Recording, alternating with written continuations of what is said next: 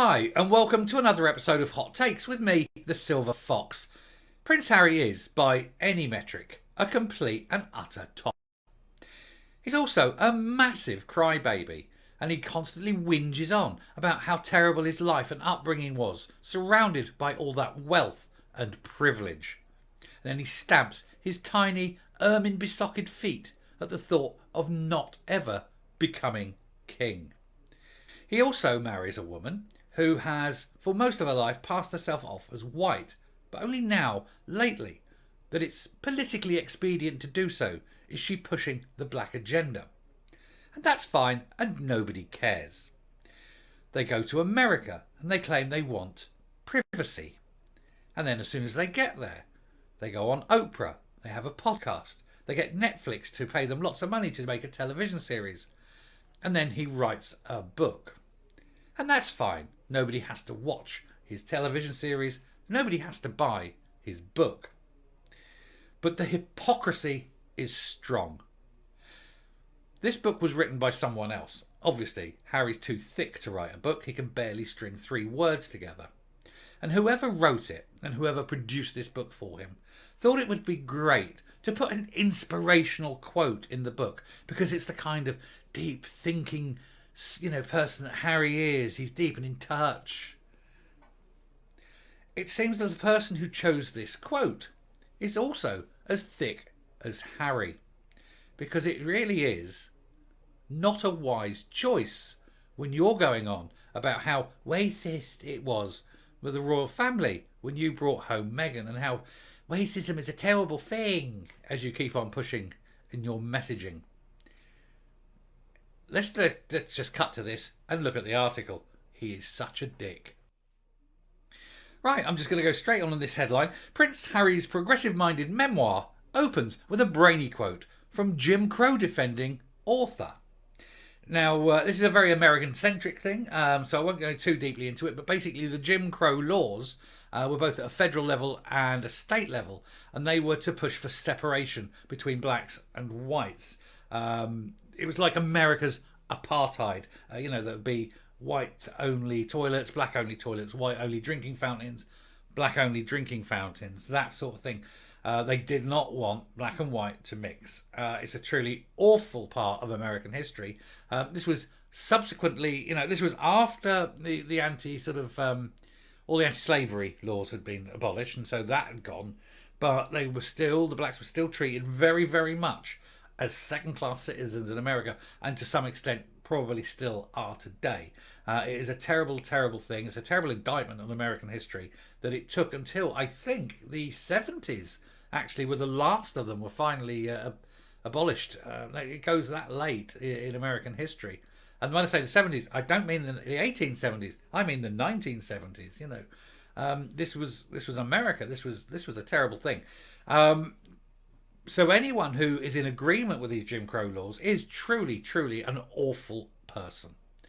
And so you have this author who was pro Jim Crow. He was pro sort of separationist. And so in his book, they're going to use a quote from this author. Do these people not do any research? Anyway, we'll go into the article now. So, the quote chosen by Prince Harry, well, that's a lie, isn't it? The quote chosen by Prince Harry's book producer, because Harry wouldn't know a quote if it bit him on the backside, because I don't think he's barely read a book much above Janet and John level 3, Anyway, the quote chosen by Prince Harry for the start of his new memoir was originally written by an American author who seemingly defended Jim Crow laws. Wayward Royal, Prince Harry's memoir Spare prick, raised eyebrows upon its publication on Tuesday, with it soon being discovered that the book opens with a quote that could be originally written by a man who rejected the legal repeal of Jim Crow laws and the forced end of segregation in the American South. And like I say, that was a terrible indictment of everything that was going wrong in America at the time. But, just think if you watch films like Mississippi Burning and that sort of thing, horrendous things were going on. Anyway, the quote, "The past is never dead. It's not even past," originated in Requiem for a Nun, penned by Nobel Prize-winning author William Faulkner, a 20th century Mississippian who frequently wrote about the everyday struggles of Southern Americans. And I presume he meant southern states of the USA rather than South Americans. But hey. Although a highly celebrated artist for his variety of novels and short stories, Faulkner also seemingly expressed support for the, I can't say some of these words because of YouTube, so we say for a certain bunch of people to work for nothing. Yeah, you can read the words, I don't want to say them because of YouTube, during his life, once saying that these people would be better off working for nothing because they'd have someone to look after them. What? Are you saying that these people can't look after themselves? Christ's sake. According to the New Yorker, the prize-winning writer was also at times a defender of segregation, even with the publication reporting him as having allegedly vowed to defend the institution, even if it meant going out into the street and...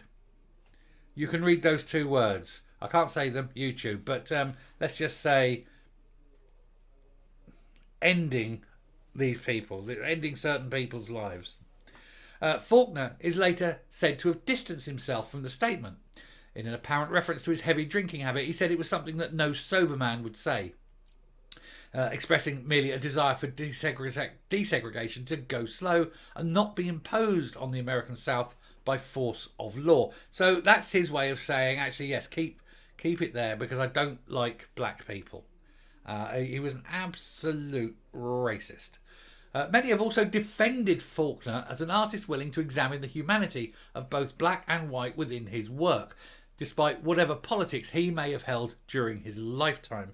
Yeah, that's a disassociation between the artist and the artist work, which I can get. I can understand that you can have a segregation between the artist and their creation. Unfortunately, the woke lot can't, because they seem to contrive that everything to do with Harry Potter is awful because of J.K. Rowling. Because they say, oh, you must abandon Harry Potter. Harry Potter's a terrible thing, because J.K. Rowling thinks that women need protecting. That's their viewpoint, and this is different. This is completely different, though. However, it does not seem clear whether or not Prince Harry, a highly progressive individual who's frequently levelled accusations of racism at critics of his mixed-race wife Meghan, knew about Faulkner's politics or his works when picking out the line to start his own memoir with. He did not pick that out. He's too thick. Incidentally, why does he feel the need to run down his family like this for a woman who will not be with him in a few years? This is a marriage not destined to last. And in a few years, when it crashes and burns and he's out on his own, I just want to know, who's he going running to? Nanny is dead. Grandpa is dead. His daddy is really annoyed with him because he attacked Daddy's new wife. And his brother hates his guts. No one's left, really, is there? He's an arse of the first water. Anyway, in fact, according to the UK Royal's own writing, in the newly published book, he did not have any idea who the man was when he first read the line on an online website specialising in pithy phrases. I've got a pithy phrase for you, Harry. Grow up, wanker.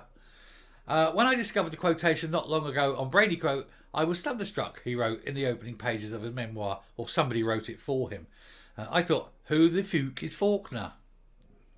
And how is he related to us Windsors? He's not.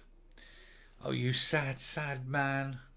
Anyway, I'm not going to go further into it, but it just basically, it's basically him sort of pushing his agenda without realising that by pushing it in such a way, he's making himself out to look like a complete prick. But he is.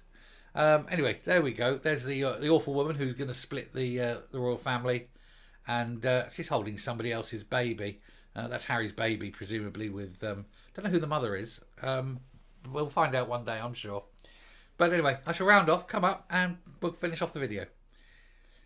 Play stupid games, win stupid prizes, and Harry is so stupid he doesn't realise he's already lost. He's lost his balls. Meghan's got them in a jar by her bed. She undoubtedly wears the trousers in that relationship. But he's lost all dignity. He's lost all sense of perspective. and he's lost his family. And I don't know if they'll ever come back. Certainly not his dignity. But that marriage isn't going to last. We can tell that straight away. They barely even touch now. You look at the forced congeniality, and it just screams fake. So they will split. And Harry's got nowhere to go. Will he come crawling back with his tail between his legs? We don't want him anymore. I mean, America, seriously, keep them both. And you can keep James Corden too. He's another one. Fat wanker. But keep the lot of them. We don't want them. You don't deserve them. Maybe send them back to Canada. Jesus. Make Trudeau look after them. He loves that sort of thing, doesn't he? But yeah, it's finished for him.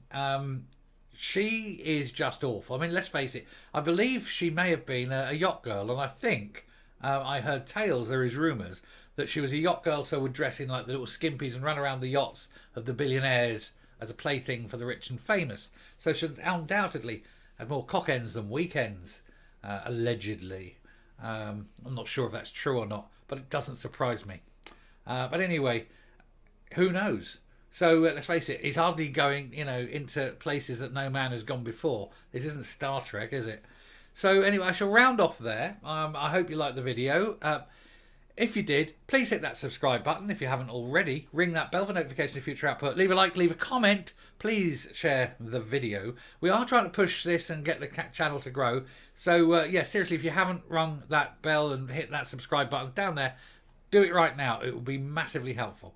But until next time, stay safe, stay well away from Megan, and goodbye.